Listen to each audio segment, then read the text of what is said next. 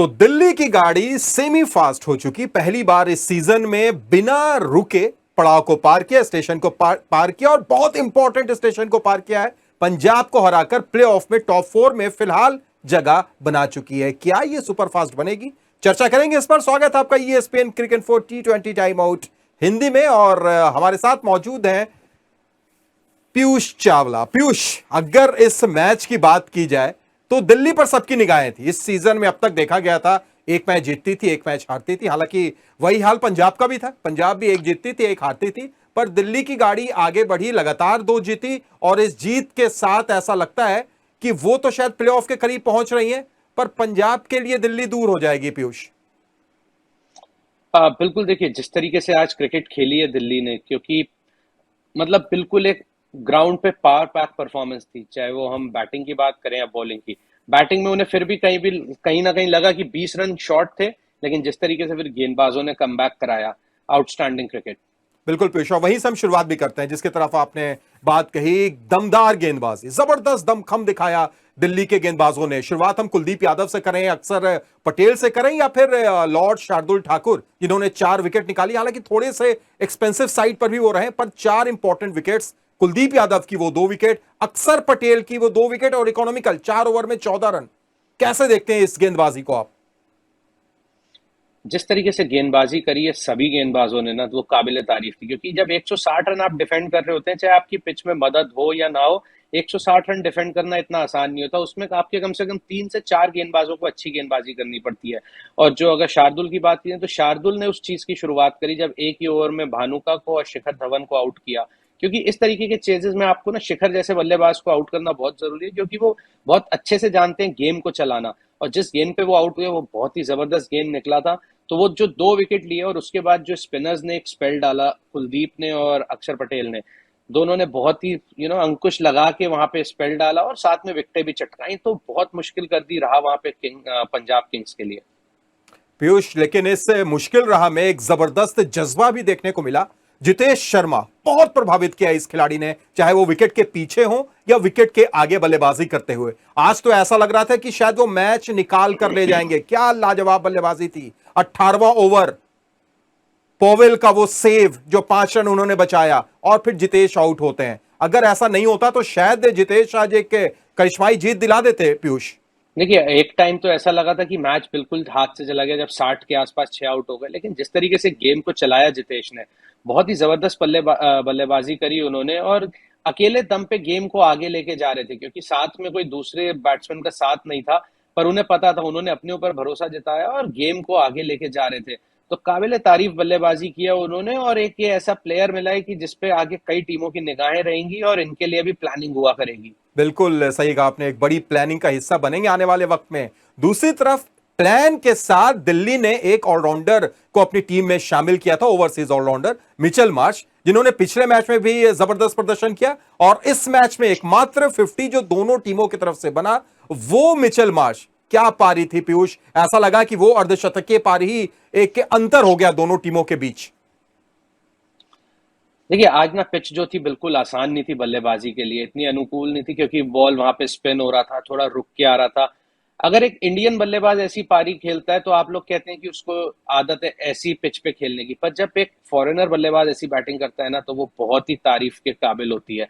क्योंकि वहां पे उन्होंने अपने गेंदबाजों को पिक किया, वो स्पिनर्स को उन्होंने पूरा सम्मान दिया, पूरा अपना समय लिया। और जब उनके पाले में गेंद गिर रही थी तेज गेंदबाजों की, तो उन्होंने अपने बड़े प्रहार करे।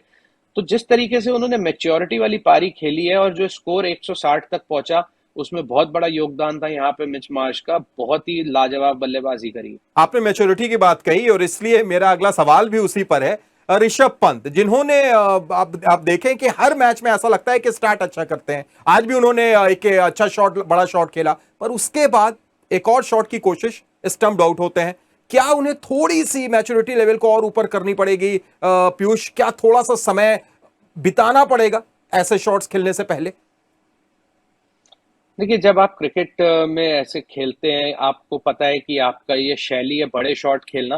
लेकिन कभी कभी जब चीजें आपके फेवर में नहीं जा रही होती हैं, तो जरूरी होता है कि गोइंग बैक टू बेसिक्स, जो हम हमेशा बात करते हैं, तो अभी यहाँ पे उनको थोड़ा सा समय लेना जरूरी हो गया, क्योंकि जब वो आउट भी हुए तो भी 8 ओवर बचे थे।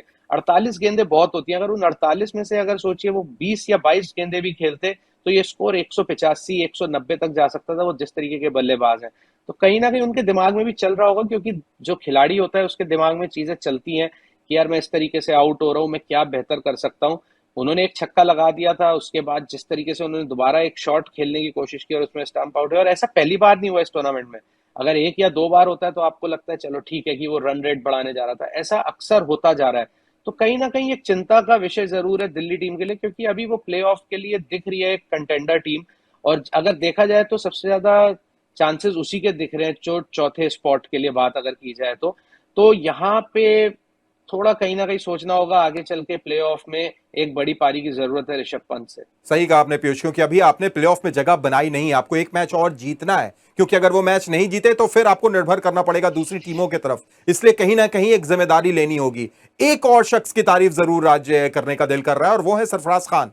उन्हें मौका मिलता है, हालांकि इससे पहले भी उन्हें मौका मिला, अचानक से उन्हें टीम से बाहर भी किया गया, 11 से दोबारा मौका मिलता है एक ऐसी स्थिति में जहां पर उन्हें मेकशिफ्ट ओपनर बनाया गया। पहली गेंद पर वार्नर आउट हो जाते हैं, दबाव था, पर उस दबाव में एक आतिशी पारी, छोटी पारी लेकिन आकर्षक पारी। देखिए जो 32 रनों की उन्होंने पारी खेली, बहुत आकर्षक पारी थी, लेकिन इससे कई ज्यादा बेहतर बल्लेबाज हैं। मतलब आज उनके पास वो मौका था, क्योंकि हमने सरफराज को हमेशा देखा है नीचे आते हैं, वो 25-30 रन के कैमियोस खेलते हैं, लेकिन आज भी अगर देखा जाए तो वो 30 रन का कैमियो ही था। इससे कई ज्यादा बेहतर बल्लेबाज हैं, डोमेस्टिक क्रिकेट में इतने बड़े बड़े रन बनाते हैं। तो अगर उनको अपने आप को आगे लंबा देखना है सेट करने के लिए, कि आप ऐसा ना हो कि आप मैच खेलते हैं फिर ड्रॉप हो जाते हैं, और ऐसा कई नहीं कई सालों से हो रहा है। तो ये जो आज 32 रन की पारी थी, आज सेज बिल्कुल सजी हुई थी और उन्होंने खुद ही सजाई थी, लेकिन उसका फायदा नहीं उठा सके और फिर एक गैर जिम्मेदाराना शॉट खेल के आउट हो गए। 32 रन की पारी थी, बहुत आकर्षक पारी जरूर थी, लेकिन कहीं ना कहीं अपने आप से बहुत ज्यादा नाखुश भी होंगे। और दूसरी तरफ कुछ मेहनत जो काम ना आ पाई। लियम लिविंगस्टन गेंद से कमाल किया उन्होंने, पहली बॉल पे वार्नर को आउट किया, पंत का विकेट लिया, पॉवेल का खतरनाक विकेट लिया और 3 विकेट अर्शदीप सिंह ने भी लिया। जबरदस्त डेथ ओवर में उनकी गेंदबाजी, जिस वजह से दिल्ली वो 15-20 रन शायद कम रह गई, पर इन दोनों की मेहनत पीयूष जाया हो गई। देखिए जब आप मैच हार जाते हैं तो फिर जितनी भी आपने मेहनत की वो सब जाया हो जाती है, चाहे आपने 50 रन बनाए हो, चाहे आपने 5 विकेट लिए हो। क्योंकि आपने अगर 2 विकेट भी लिए हो और टीम जीतती है ना, तो उसकी एक अलग खुशी होती है। मेहनत दोनों ने बहुत अच्छी की, दोनों ने बहुत अच्छी गेंदबाजी करी। राहुल चौहान ने भले विकेट नहीं लिया, पर गेंदबाजी उन्होंने भी बहुत अच्छी करी, लेकिन अंत में जब आप मैच नहीं जीतते तो उसका कोई मतलब नहीं रह जाता। पीयूष, अंत में हम बात करते हैं अंक तालिका की, जो सबसे इंपॉर्टेंट इस वक्त हो चुकी है। ज्यादा मैचेस नहीं बचे, लेकिन उसके बावजूद अगर हम नजर डालें तो दिल्ली अब टॉप 4 में अपने आप को ला चुकी है, बेंगलुरु को पीछे कर दिया है, पर पंजाब की स्थिति थोड़ा डगमगा सी गई है। उनके पास अब 2 मुकाबले बचे हैं, एक उसको जीतना पड़ेगा, उसके बाद भी उम्मीद करनी पड़ेगी कि दूसरी टीम 16 अंक तक ना पहुंचे। दिल्ली के लिए रहा आसान पीयूष, एक मैच आप जीतिए और सीधे थ्रू हो जाइए। देखिए बिल्कुल, दिल्ली के लिए जो हम मैथमेटिक्स की बात करते हैं ना, सबसे आसान दिल्ली के लिए ही है। अब उनको किसी चीज के बारे में नहीं सोचना, उन्हें सिर्फ अपना मैच जीतना है। तो उनके दिमाग में कुछ नहीं चल रहा होगा, उनको यह है कि हमें जाके अपनी बेस्ट क्रिकेट खेलनी है और मैच जीत के अपनी टॉप 4 में जो जगह है वो सिक्योर करनी है। बिल्कुल सही। और दूसरी तरफ अगर बात करें पंजाब की, तो थोड़ी उनकी परेशानी बढ़ती हुई नजर आ रही है। फिलहाल बहुत बहुत शुक्रिया पीयूष हमारे साथ जुड़ने के लिए और तमाम बातचीत के लिए। एक बार फिर होंगे आपके साथ। फिलहाल ESPN cricket 4 T20 time out में आज इतना ही।